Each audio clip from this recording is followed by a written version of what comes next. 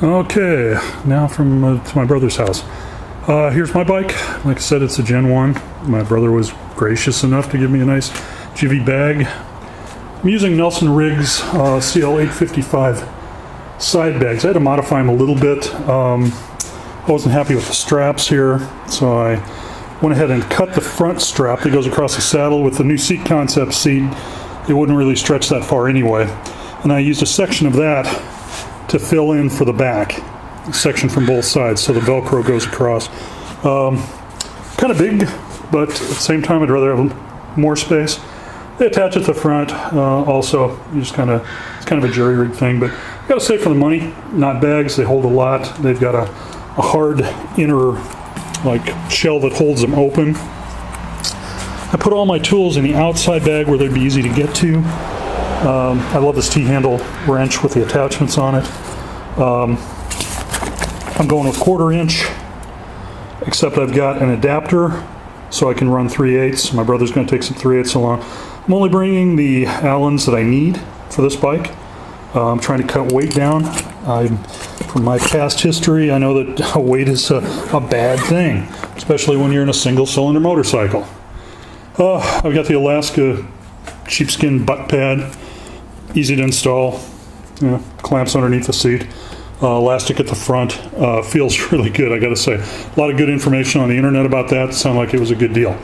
Once again, I got the strap going across with a section to fill in. Tank bag, I just went with a simple magnetic tank bag. It bends in the middle, same thing though. Cost-wise, it's a great deal. Easy to come off when I need to get to the gas tank, fill it up. Put on some silicone grips. Oh, what else up here?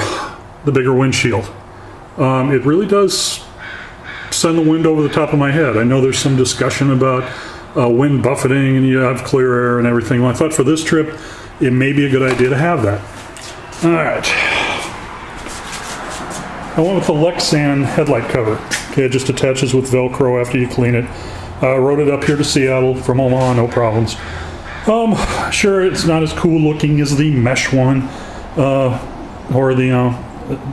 it just seems like this is a simple solution to a moderate problem, maybe with road rocks on this trip, but that's the whole purpose of this. I'm going to find out what works, what doesn't. If it turns out this is crap, well, hey, then I'll suggest something else. I'm real happy with this. I took the original fender, I put the lower fork brace on, I attached it, but I cut it down. And I think it looks a lot better. Let me flip it over here. I just ran the cut along the flare, and I took about 2 inches off the front, and I angled in here to leave a little extra, so give it a little more support, and I left the back, without modification. Sanded it down. I rode all the way up here, no problem. It didn't shake, rattle, roll. It didn't affect steering. Simple, easy thing to do. They talk about, how do you cut these? Just get yourself tin snips. Very carefully cut the flare off with the tin snips, and then, sand or rasp it down. And it was very, very easy to do. Both our bikes, I should flip over to my brother's. He's running a Gen 2. We put new spring kits in, very easy to do. He actually was nice enough to get the spring compressor, and he sent it down to me, but there are other ways you could do it. If I had to do it again, I'd probably just take it up to Callis. No, I take that back. You should always work on your own bike. So, buy the spring compressor. You learn something every time you work on it. We're running Michelin T63s. Cheap tire, they're about 75 front, 75 back for price. Free shipping. I've got to give a kudo to Motorcycle Superstore for that. I ran mine all the way up here. Still got plenty of knob left. It hasn't gotten that much. I haven't actually measured it, but at the same time, it's pretty good. My brother has a few other modifications on his, like the exhaust system. He's running the KLX jet kit on the carburetor. He's done the doohickey like me. He did the thermobob. I'm running the 11 cent mod. I didn't go 22 cent. Okay, I used one washer, and I drilled out the slide. And, easy thing to do. I am running the Steed Engineering choke. So the original choke is disconnected, nothing to it. I'm a little disappointed in it.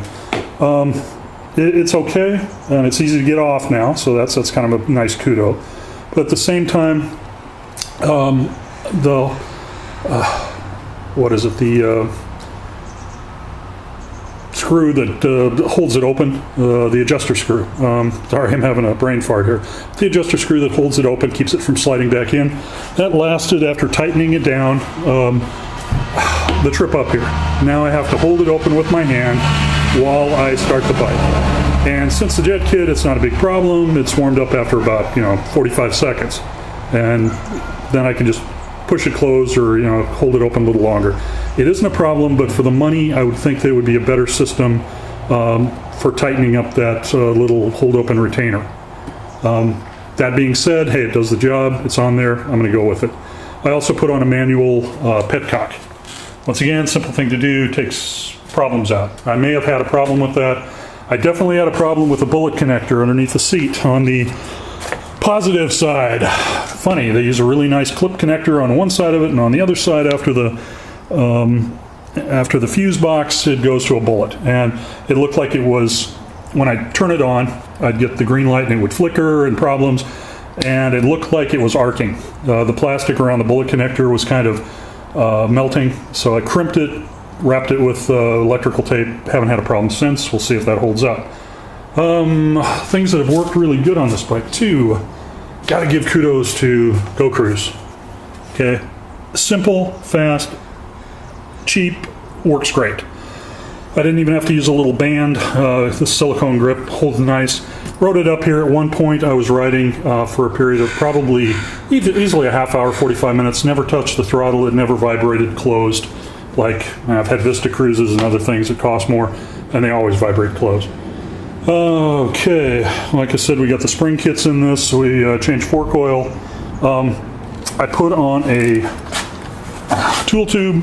I've got all my tire changing stuff in there. A very simple thing to do, PVC. Keep it cheap. I have no bad things to say about that either. It holds what it needs. Hopefully I'll never have to get into it. Also put a patch kit in there. What else we got here? I put on a 12 volt accessory adapter. Be nice for charging system. I'm happy with that. I did put on this is probably a waste of money, J&S Engineering radiator guard. It was one of the few things I didn't have to pound or push or anything to get on. It just popped right in, bolted right in. It's metal. It has a standoff of about a 1/4 inch from the radiator, which is nice, but I'm not sure the plastic one wouldn't have worked just as well. Also, I got the highway pegs. Riding up here, they were great. Allowed me to kind of stretch out. I'd slide back in the seat and put my feet up or just put my heels over the top of them because I have long legs. And that helped a lot. Let's see how this works. It feels fantastic just touching it. Alaska sheepskin, they shipped it fast. On the internet, there's nothing but kudos, so hopefully with the seat concept seat, which is once again very easy install, that's about $170 all in. Considering a new seat would cost you a lot more than that. At one stretch riding it up here, I didn't use any pad. I rode it 200 miles, over 200, in one fell swoop, and not a problem. So I figure with this sheepskin cover, it'll be very nice. That being said, I'm going to try to give reviews on everything that we use, including our gear. Like we have T2 jackets.